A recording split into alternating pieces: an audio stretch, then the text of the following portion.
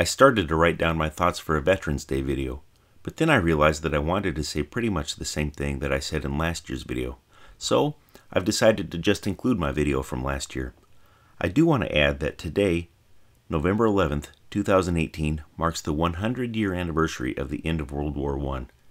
It was on the 11th hour of the 11th day of the 11th month in 1918 that the Armistice was signed between the Allies and Germany. That was a very important day in the history of our world, and it was made possible by our veterans. Today is Veterans Day, an official national holiday here in the United States, and I wanted to take a couple minutes to talk about that this morning over a cup of coffee. If you need, go ahead and pause the video here and go get your own cup. It's okay, really. I'll wait.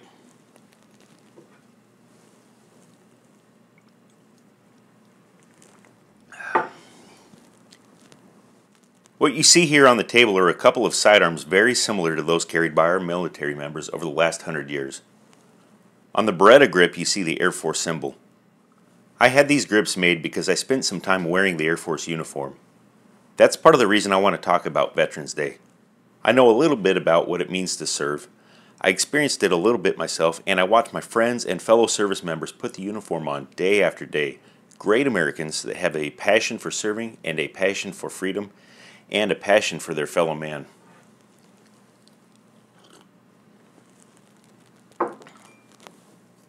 It's common to hear on this day, "Thank you for your service." The reaction our military members got from the general public in the early 70s was drastically different. But today it's generally recognized that military service is honorable service. Today is different and distinct from Memorial Day. Today, on Veterans Day, those who died are also remembered, but Veterans Day is the day set aside to thank and honor all those who served honorably in the military in wartime and peacetime. It's largely intended to thank living veterans for their service, to acknowledge that their contributions to our national security are appreciated, and to underscore the fact that all those who served, not only those who died, have sacrificed and done their duty. Memorial Day, on the other hand, is meant to specifically remember and honor those who have died while serving. There's also a much lesser known day in May called Armed Forces Day. It's intended to honor those currently serving in the U.S. military. I went and looked up the roots of Veterans Day, and it goes back nearly 100 years.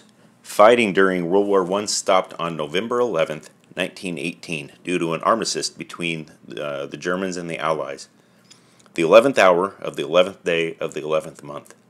November 11th was commemorated as Armistice Day by President Woodrow Wilson in 1919. In 1926, Congress passed a resolution calling for November 11th to be remembered every year, here's a quote, "with thanksgiving and prayer and exercises designed to perpetuate peace through goodwill and mutual understanding between nations." 12 years later, in 1938, Armistice Day was officially made a legal public holiday. And shortly after that, we entered World War II and then the Korean War. So in 1954, Armistice Day was renamed Veterans Day. In the 70s, there was some back and forth on the actual day of the week or month that would be designated as the official holiday. And when they finally settled on November 11th, President Gerald Ford stated that it was important to, quote, "help preserve in the hearts and lives of all Americans the spirit of patriotism, the love of country, and the willingness to serve and sacrifice for the common good symbolized by this very special day."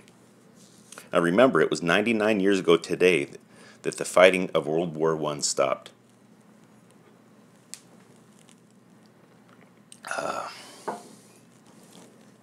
I got out my San Antonio coffee cup today.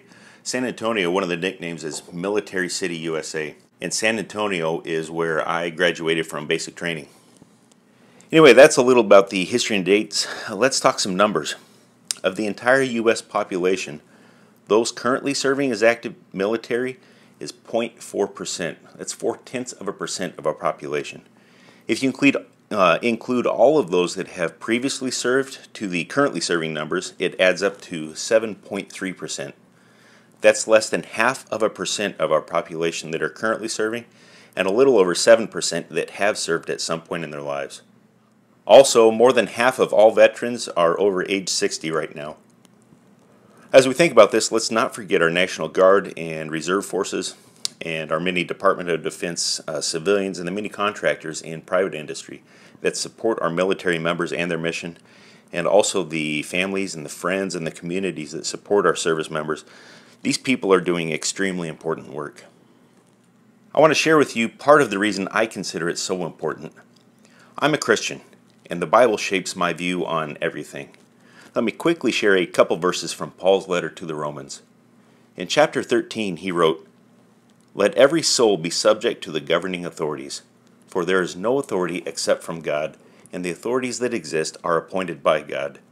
Therefore, whoever resists the authority resists the ordinance of God, and those who resist will bring judgment on themselves. For rulers are not a terror to good works, but to evil. Do you want to be unafraid of the authority? Do what is good, and you will have the praise from the same. For he is God's minister to you for good, but if you do evil, be afraid. For he does not bear the sword in vain, for he is God's minister, an avenger to execute wrath on him who practices evil." One of the primary purposes of government, one of the main reasons governments exist, is to praise those who do right and to punish those who do evil. This creates a secure environment in which you can live your life because those that want to do evil things are either deterred by fear of the consequences or they're stopped. And it's individuals that do this on behalf of the government that voluntarily carry out these actions under the government's authority. They don't do these things as part of some sort of personal vendetta. They bond together with other like-hearted individuals to serve the greater good. If it's within our borders, it's law enforcement or peace officers. And if the threat is from outside our borders, it's our military. And it's not just those that specifically carry the sword, as Paul put it. It's not just the service members that carry the rifle on the front line. It also takes all of those in the support roles as well. Those that handle the manpower, the personnel, the intelligence, the security, logistics, the plans, the communications, the training, the finance. All of these things are required for the military to be an avenger to execute wrath on him who practices evil.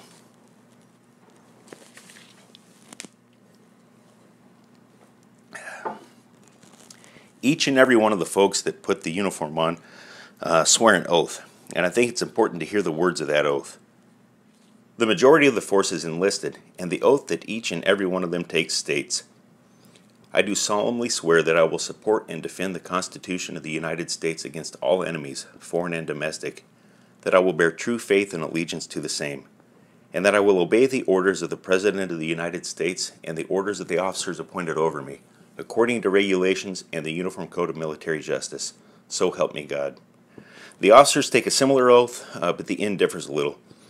The officer oath states that I will support and defend the Constitution of the United States against all enemies, foreign and domestic, that I will bear true faith and allegiance to the same, that I take this obligation freely, without any mental reservation or purpose of evasion, and that I will well and faithfully discharge the duties of the office upon which I'm about to enter. So help me God. Do you notice that the oath is sworn by our military members is not to the President, it's not to Congress, it's not to a lot of things that people might assume. The military swears an oath to support and defend our nation's Constitution, that they will bear true faith and allegiance to it.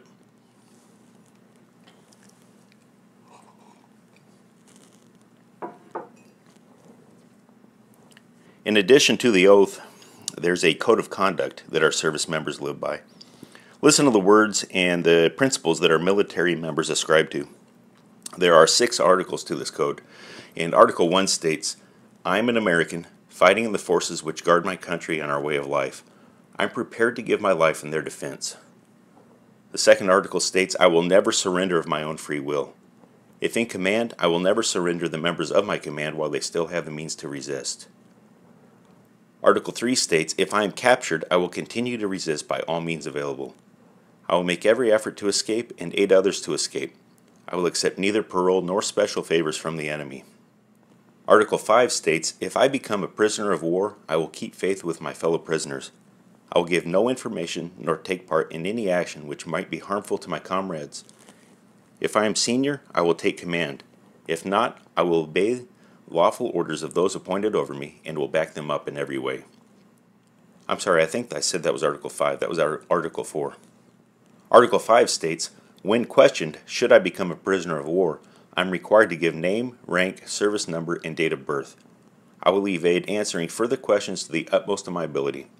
I will make no oral or written statements disloyal to my country or its allies, or harmful to their cause. And finally, Article 6 states, I will never forget that I am an American, fighting for freedom, responsible for my actions, and dedicated to the principles which made my country free.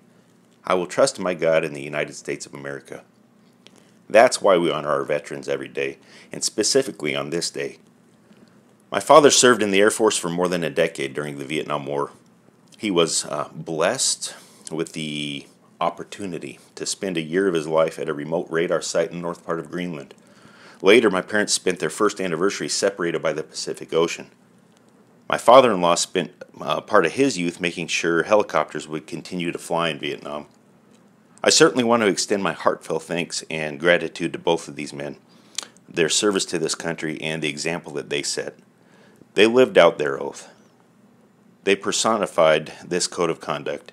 They and the many others like them stepped up to defend against evil so that you and I and many others could live lives free from tyranny.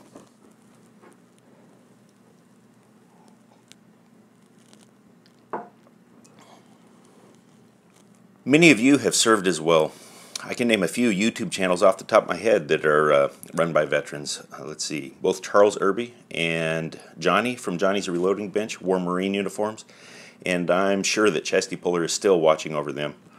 Willie Bulletman served as an Army Ranger. Bullets for Freedom and Liberty recently posted a video where he was reloading with his son, who's currently stationed in the Army at, I think it was Fort Bragg. Now let's see, the Preacher from Preacher's Day Off spent some time serving in the Air Force. I know there's many more as well. I want to give a quick nod as well to those that have served in the militaries of our nation's allies and partners. Most of our wars have been fought alongside very important allies, to include World War I 99 years ago. You may serve a different government and have a different constitution, but thank you for your partnership in fighting against evil. So, raise your cups today and toast our veterans.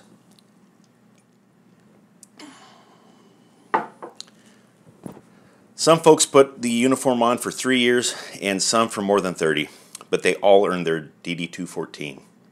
And I want to offer my sincerest thanks to each and every single one of them. I can raise my children in a world that is admittedly not perfect, but in a country that is surprisingly free thanks to your service, your character, your dedication. Each and every one of you. I salute you. And I thank you for standing in the gap for us all. You are a blessing to us. May God bless you.